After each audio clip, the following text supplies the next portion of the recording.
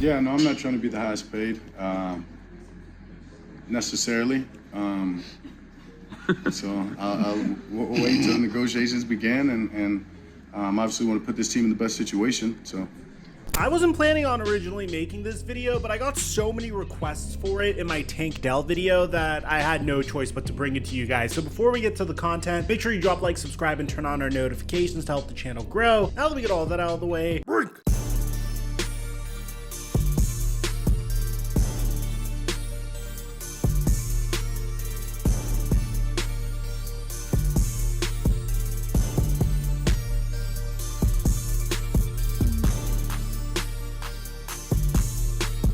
Over the past few days, we've been dominating on Prize Picks. We've been hitting an NBA, MLB, and we're on a hot streak, making a ton of money while having a lot of fun while doing it. I post my picks for free on Instagram, so you can literally just go copy my picks and just enjoy the game. And right now, Prize Picks will double your deposit match when you use my promo code FlightMike when you sign up. Or you can just click on the link in the description down below and sign up for Prize Picks. And thank you, Prize Picks, for the sponsor. Mic check 1 2 1 2. What's going on, everybody? I'm known on Dallas Cowboys Twitter of being the most self-loathing Dallas Cowboys fan, and it's primarily because I'm very realistic about where we are. The Cowboys are probably in the worst situation that they could have ever possibly been in the Dak Prescott era, and I don't think that's an exaggeration. Last offseason, this team was loading up defensively. They traded for Brandon Cooks, they traded for Stephon Gilmore. They had a pretty solid NFL draft as well. They brought back Dan Quinn. The defense for the most part was composed of the same pieces. They solved many issues that they had offensively as well, and hopefully Tony Pollard could have been the engine that carried the Dallas Cowboys forward because Ezekiel Elliott decided to go to the New England Patriots. More on that later. We all saw what ended up happening throughout the regular season. The Cowboys had an incredible year and an incredible home record and finished with the second seed in the NFC, and then melted down completely in the playoffs versus the Green Bay Packers. The most frustrating part of all was when you asked Cowboys players why this happened, they said things like this. You mentioned how you wish your team was here. What happened? Honestly, I think the main thing is we was burned out, man. DeMarcus Lawrence claimed that the Cowboys just got tired in the playoffs and that's why they weren't successful. Thankfully, you had Stephon Gilmore giving better reactions such as this. Gavin alluded earlier to Tank's comments yesterday. One of the things that he said was he felt maybe you guys were a little tired, a little fatigued going into that Packers game. Right? Thank you. Okay. Thank you. I'm glad you said that. Everybody tired in the playoffs. When the playoffs going, I mean, like, man, whatever it takes. You know, you got San Francisco tired right now, and Kansas City. It's a long year, but it's a lot sweeter when you're hosting that. Right. Exactly. But ultimately, it's a cycle that we're all used to as Cowboy fans. We get our hopes up throughout the regular season. We think this year's our year, and then eventually all hope is lost when we inevitably crumble on national TV. And then people poke fun at us, and then I have to come here and make a YouTube video trying to explain what the hell happened, which has become more and more difficult to do recently, by the way. But going into the offseason, Cowboys fans had so much hope, especially because Jerry Jones said this. How do we feel about where we've been in this free agency? We feel great about what we've been in free agency. All in. All in. All in. We're all in with these young guys coming up. And we're all in with this draft, and we're all in with knowing that you have to go. So let me tell you what all in looks like. I destroyed some of the Philadelphia Eagles decisions, particularly in free agency. I felt like Saquon Barkley may have been a huge risk, but I could also see that becoming a huge home run for the Philadelphia Eagles. But if you look at the Eagles offseason, they traded away Hassan Reddick, they brought back CJ Gardner-Johnson, they essentially got younger at edge rusher because they signed Bryce Huff, who's 26 years old, off of the New York Jets. And when you take a look at their defensive line, this is a defense that's going to feature Jordan Davis and Jalen Carter, Bryce Huff, Nakobe Dean. They signed Devin White. They have Darius Slay still. And if you think their cornerbacks are weak, well, they addressed that in the NFL draft. With their first pick, they select Quinyon Mitchell, which I feel like is a pretty good pick because when you take a look at Micah Parsons' reaction to the Quinyon Mitchell pick, it tells you all that you need to know. Quinyon Mitchell out of Toledo, a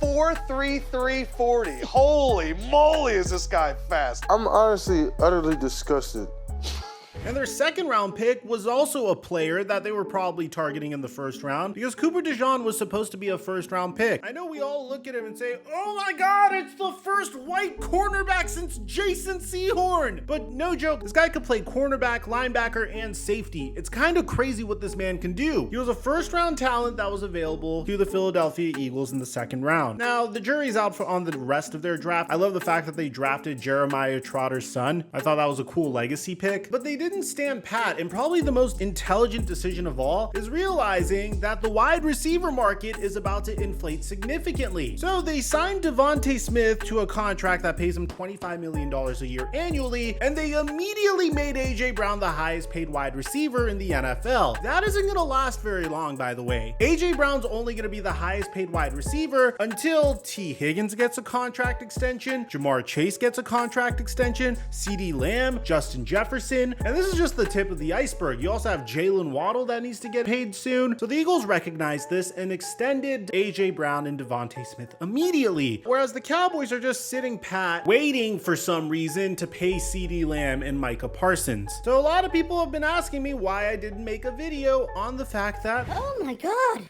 the Dallas Cowboys, we brought back Ezekiel Elliott. This year's our year. Yes, ladies and gentlemen, for those of you guys that didn't know, the Dallas Cowboys officially signed Ezekiel Elliott. And the reason I never made a video on this to begin with is simply because I didn't think this moved the needle for us very much. Don't get me wrong, I have an emotional attachment to Zeke. I absolutely loved watching him in his early years with the Dallas Cowboys. And I'm glad that he's going to be wearing a Cowboy jersey, doing the Feed Zeke taunt every time he gets a first down, which I don't think he didn't do when he was in New England, by the way, which I was pretty impressed by. He had 3.8 yards per carry during his final season with the Cowboys. He had 3.5 yards per carry last year with New England. For all you know, you could blame the lack of success with the Cowboys due to the fact that he was playing injured. You could blame the lack of success with the Patriots because, well, the Patriots' entire offense was the fact that Zeke was able to put together nearly 1,000 yards from scrimmage on the New England Patriots offense should have gotten him a Pro Bowl, in my opinion. That offense was so terrible that I'm shocked that Zeke was able to get anything done. It's a nice legacy emotional signing, and Zeke should have some stuff left in the tank. But I don't think this is going to be the difference between the Super Bowl and, well, getting blown out in the first round of the NFL playoffs. I don't even think the Cowboys are going to make it to the playoffs this year. The biggest issue the Dallas Cowboys have, and the only reason I am not really willing to make content on the Cowboys right now, is because the Cowboys' biggest problem right now is figuring out what to do with Dak Prescott. And that's the reason why the Cowboys haven't done anything this offseason. And they couldn't do anything this offseason. I mean, so far, throughout this offseason, this team lost Tyron Smith, Tony Pollard, Jonathan Hankins, Dorrance Armstrong, Tyler Biadasz, Dante Fowler, Noah Beginnigan, Neville Gallimore, Michael Gallup, and Leighton Vander Esch. Their signings aren't that bad. I mean, they're bringing back Jordan Lewis, Rico Dowdle, Ezekiel Elliott. They signed Royce Freeman, and probably their best signing of the offseason is Eric Kendricks to a prove-it deal. And typically, the Dallas Cowboys do very well in the NFL draft. I like their pick of Tyler Guyton, even though Micah Parsons isn't really texting Tyler Guyton to welcome him to the Cowboys. The big issue with the Cowboys is figuring out what to do with Dak Prescott. And spoiler alert, they could come out and say that they're moving on from Dak Prescott as much as you want, but the Cowboys are screwed no matter what they decide to do. If you pay Dak Prescott a contract that makes him the highest paid QB in the NFL, this team isn't even going to make it over 7 wins, in my opinion. There's no way to build around Dak Prescott as is. If you take a look at his cap hit, it's one of the most disgusting cap hits I've ever seen. It's almost impossible to do anything in the offseason when your starting QB is counting $55.45 million against the cap. So what's going to happen with Dak Prescott? And here's the craziest part. Even if they moved on from Dak Prescott, his contract still counts against the cap. It's absolutely insane. I've never seen a contract this backloaded. And the worst part of all is it wasn't worth it at all whatsoever. The contracts where he had a small cap hit didn't really amount to much. So the season I pretty much laid out for you is Jerry Jones's all in.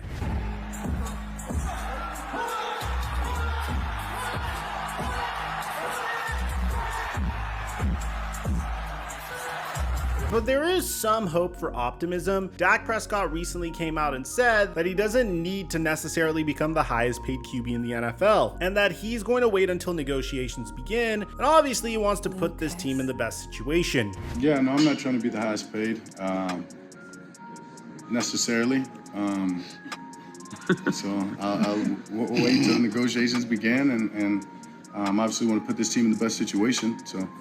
I mean, it's a nice thought, obviously. I think Joe Burrow alluded to this as well before becoming the highest paid QB in the NFL. I think Dak Prescott is a solid quarterback. I mean, when you compare him to other quarterbacks in the NFL, I think he's easily a top 5, maybe even a top 3 regular season QB. It's when we get to the playoffs that things start to slip up a little bit. And I honestly don't know what the Cowboys should do in regards to quarterback because they're really stuck here. You can't move on from Dak because, well, that's going to count against the cap. So I guess the best thing you could do is keep Dak and extend him and I guess kick the cap hit can a little bit further down the road and spread it out a little bit more, even though that's not even ideal. At the end of the day, I think if the Cowboys sign Dak Prescott to a contract similar to what Kirk Cousins has right now, then it could actually save the Cowboys moving forward. But if Dak is looking for an extension that is going to pay him significantly more within the top 5, then I don't think the Cowboys have a chance of competing for a Super Bowl in the Dak Prescott era. And that's coming from a Cowboy fan. Most fans would say if we have Dak under center, we have no chance at all whatsoever. So let me know in the comment section down below what you guys think about all this, man. I'm very happy Ezekiel Elliott's a Cowboy, but I'm very pessimistic about our future. Aside from that, I'm your boy Mike, and I'm dropping our mic until our next upload.